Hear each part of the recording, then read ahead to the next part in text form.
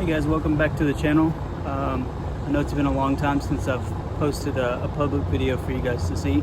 From the background you can tell that the Airstream has been replaced with a Scamp. I do still have the Airstream. The Airstream is sitting in storage right now. The Airstream was a long-term project and I knew it when I bought it.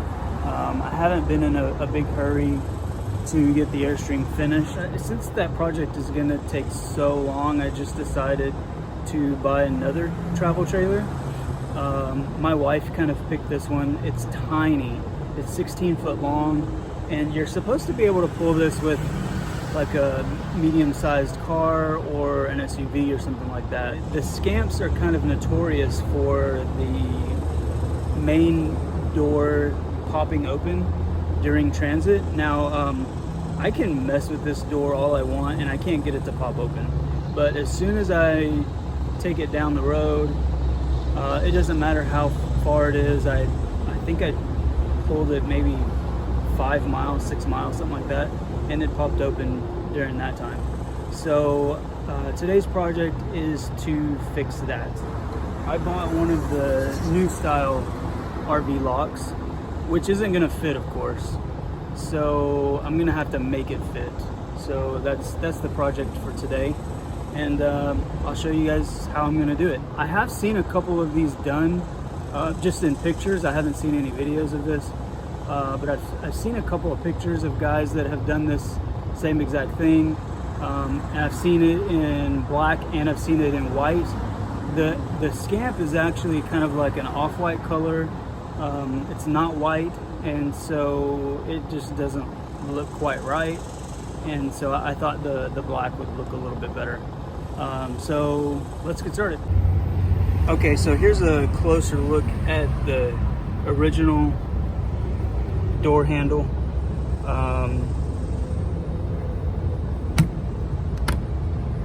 You can see it's got a lot of play in it. So that's probably one of the main problems why this thing pops open, even with it locked. So the way that I safely transported it was with this bar right here. It will lock into place. Now even if the door opens, this will keep it from flying open. Here's the inside latch.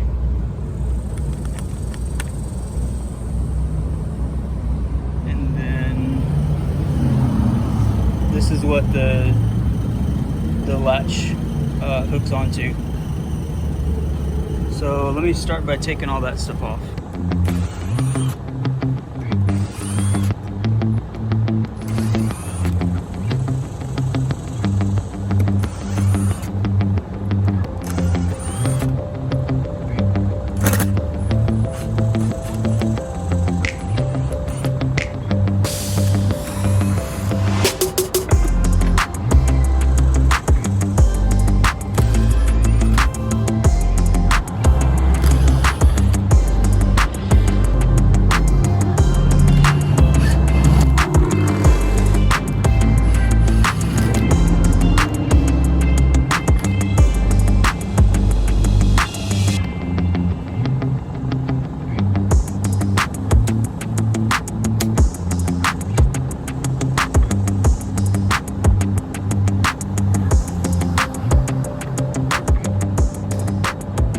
Here's the door handle.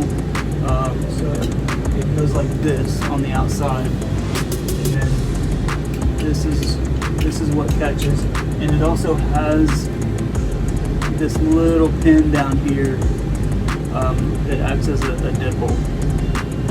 So there's 2 keys, one for the door handle and one for the deadbolt. So I need to cut out a square hole for this to fit into.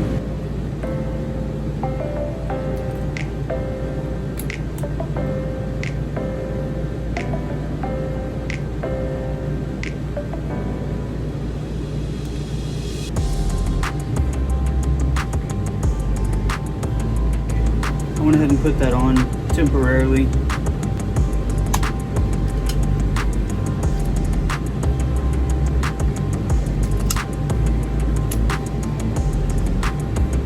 Okay, so it all clears.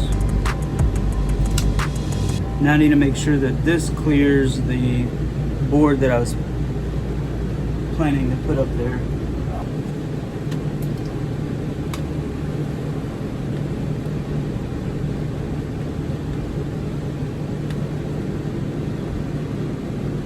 Looks like it needs to go right there.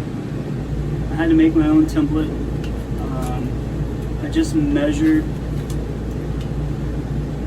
from here to here and from here to here, and I actually did all four sides. It's a perfect rectangle.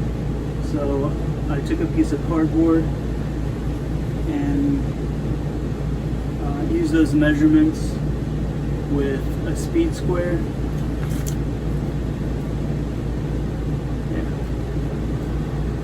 So I could get the hole cut out nice and square. So now I'm going to take my template with the handle in place, and I'm going to hold it up here about where it needs to go, and then I will mark the edge of the door from the outside, and then I'll make a cut for that, and then I'll take the cardboard template around to the outside and line up this edge that I'm about to cut with the edge of the door on the outside, get a pencil, and I'll trace the rectangle box out on the outside of the door, and then I'll cut it.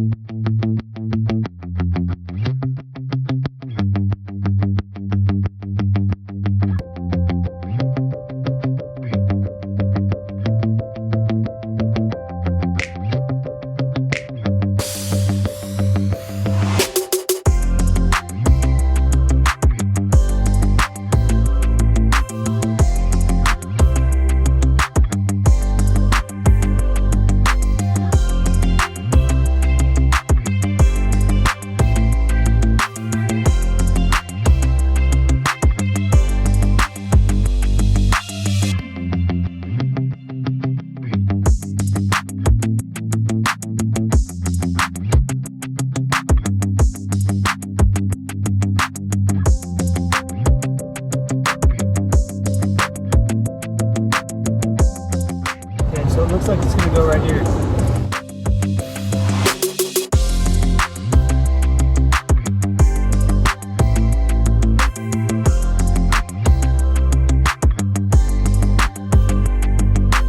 I put a little arrow on here so that I knew this side goes up, and then this side was, I had it like that.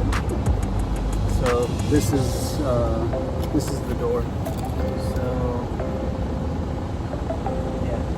It's right. You definitely want to make sure that you get that in the right place, because you only get one shot at cutting that hole in the right spot. I'll drill a hole at each corner first. Alright, here we go.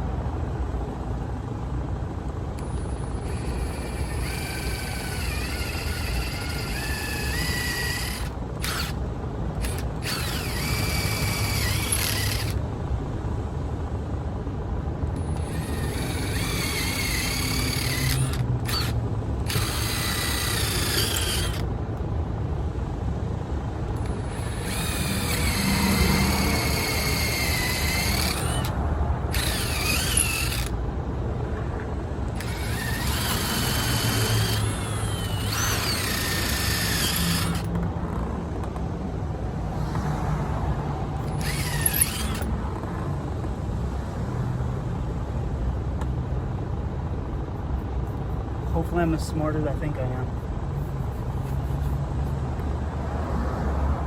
Because there's no going back now.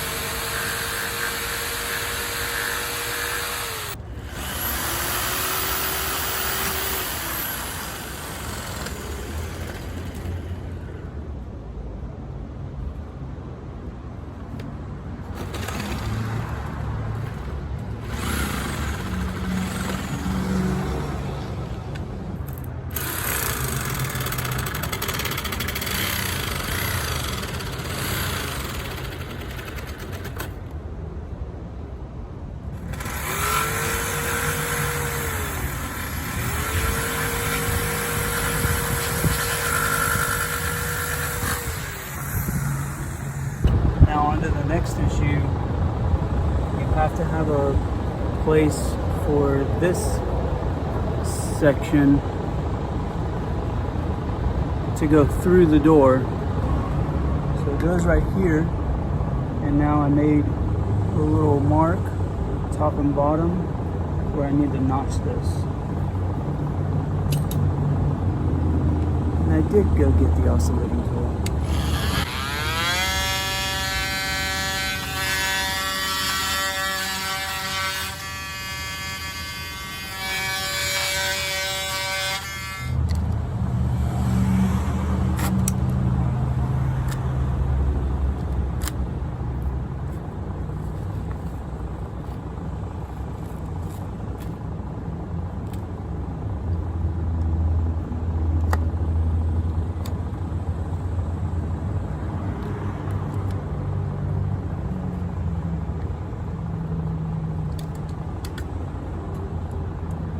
Also, I measured the distance here.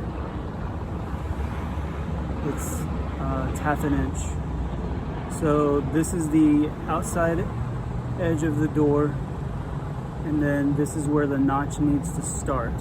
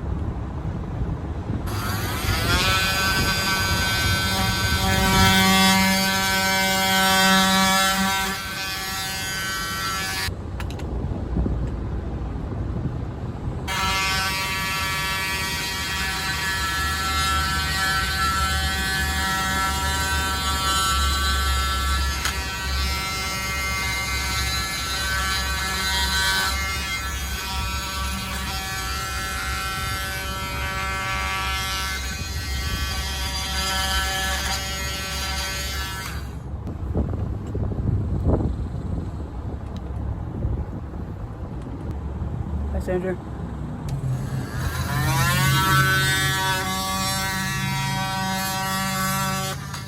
I'm really trying to just take a tiny bit off at a time, because if I take too much, then I'm kind of screwed.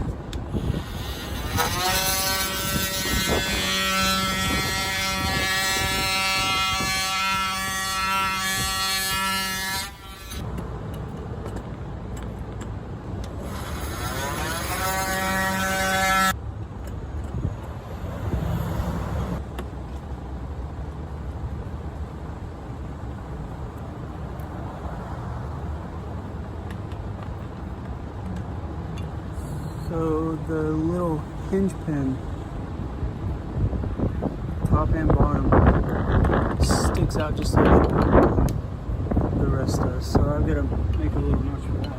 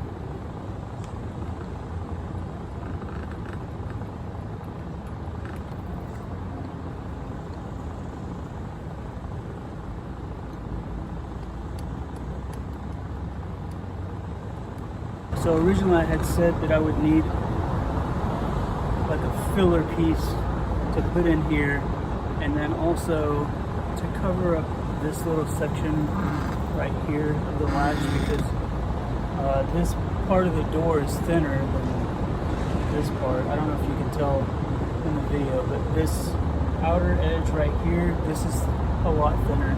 So I need to fill in a little piece right here, and then also that's probably a 1/4 inch.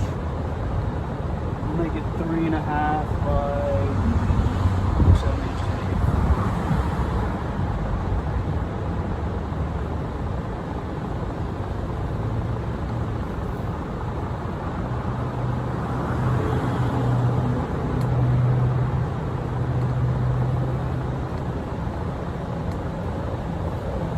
Well, 4.5 by 4.5 would be perfect. Let me see what I got.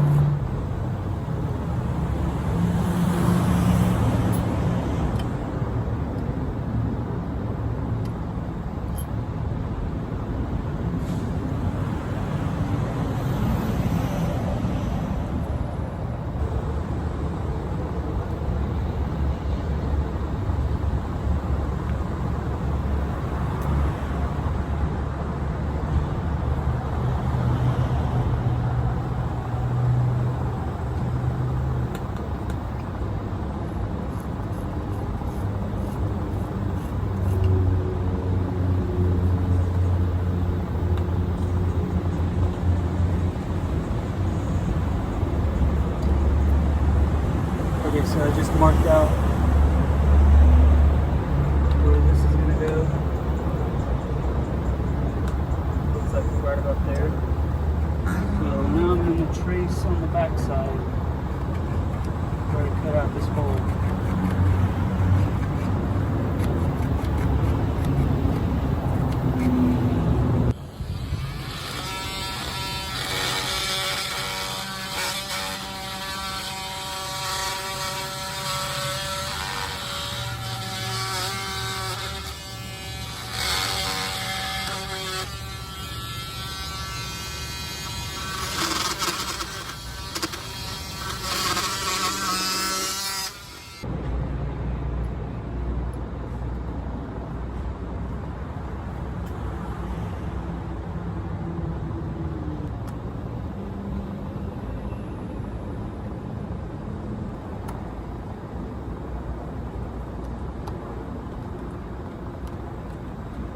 Okay, well, there's the outside done.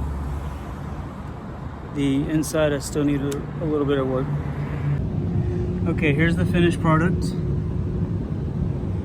I trimmed this just at the back of that little grab handle. Okay, so here it is with the plate installed. And now it's gonna go somewhere around there. There, and I got a piece of plywood to put on the back side of it. I'm gonna go inside this cabinet and put it behind there, and then I'll use some screws from the inside and go through the plywood, through the fiberglass, and into the block of wood.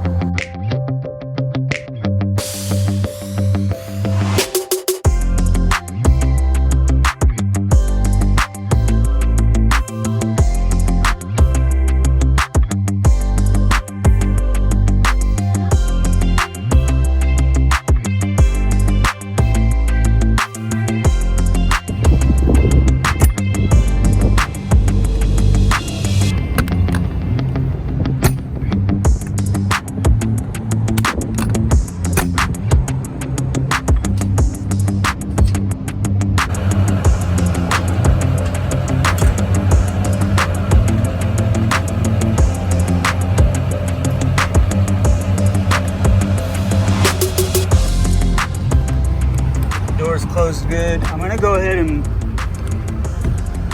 put that in front of the door just in case it does pop open on me. At least this will catch it and it won't fly all the way open.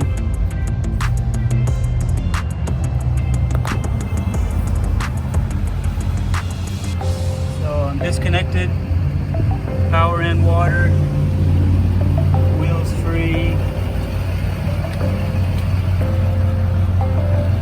gas is off.